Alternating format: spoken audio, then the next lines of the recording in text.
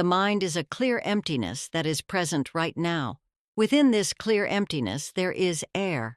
This air resides within the emptiness. Air cannot be touched, but it has a substance, which we call oxygen, the element we use to breathe. This substance of air is like the quality of knowing. It is the element of awareness, a quality that performs the function of knowing. When the substance of air moves, it creates various phenomena: wind, storms, friction between air particles, which leads to electrical charges, lightning, thunder, and countless other small elements.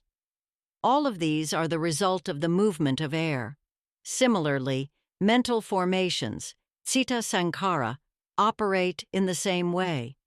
Where there is a mind, there are mental formations. These mental formations are the substance of the mind, and this substance is the element of knowing. Mental formations, citta sankhara, are the ripples or modifications of the mind's substance. When the substance of the mind is impacted, it stirs and forms into thoughts, mental images, and emotions. These emotions could be anger, hatred, malice, sadness, joy, delight, or even neutrality and calmness. These things, whether they are thoughts or emotions, are the ripples of the mind. They are movements of the mind's substance. The mind takes residence in these ripples, shaping and giving value to everything. This is ignorance. The mind's substance naturally seeks knowledge, but whenever we awaken to inner awareness, this substance will begin to see the ripples and modifications within itself. It will start to understand that these ripples, whether they manifest as thoughts or the inner dialogue, occur on their own. These thoughts speak on their own without any form, constantly chattering in the mind. They are always thinking, and emotions like happiness, suffering, neutrality, and calmness continuously arise and shape the experience.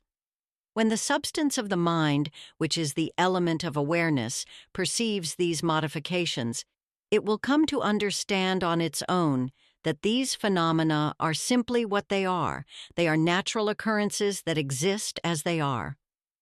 The mind continuously experiences these ripples as sounds, mental images, and emotions. When the substance of the mind sees this truth, it will attain clarity and wisdom. Eventually, the mind comes to understand that thoughts and emotions are not the mind itself. They are merely phenomena of the mind. They are natural occurrences that exist in their own right, with no owner. When the substance of the mind sees this truth, it learns about its own nature. The substance of the mind realizes that the awareness itself is self-aware. It does not have an owner. It continuously knows on its own, whether it's speaking or listening.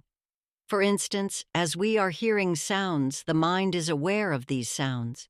We don't need to remind the mind to hear or tell it that it should practice mindfulness to hear.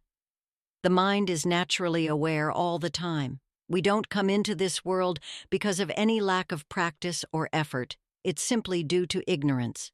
In summary, the mind's substance or element of awareness is naturally self-aware and continuously perceives thoughts, emotions, and external sounds.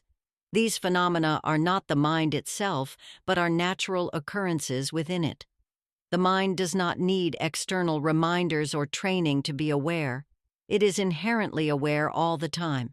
Ignorance is the only reason we might not recognize this inherent nature of the mind. Understanding this leads to clarity and wisdom about the true nature of the mind and its processes.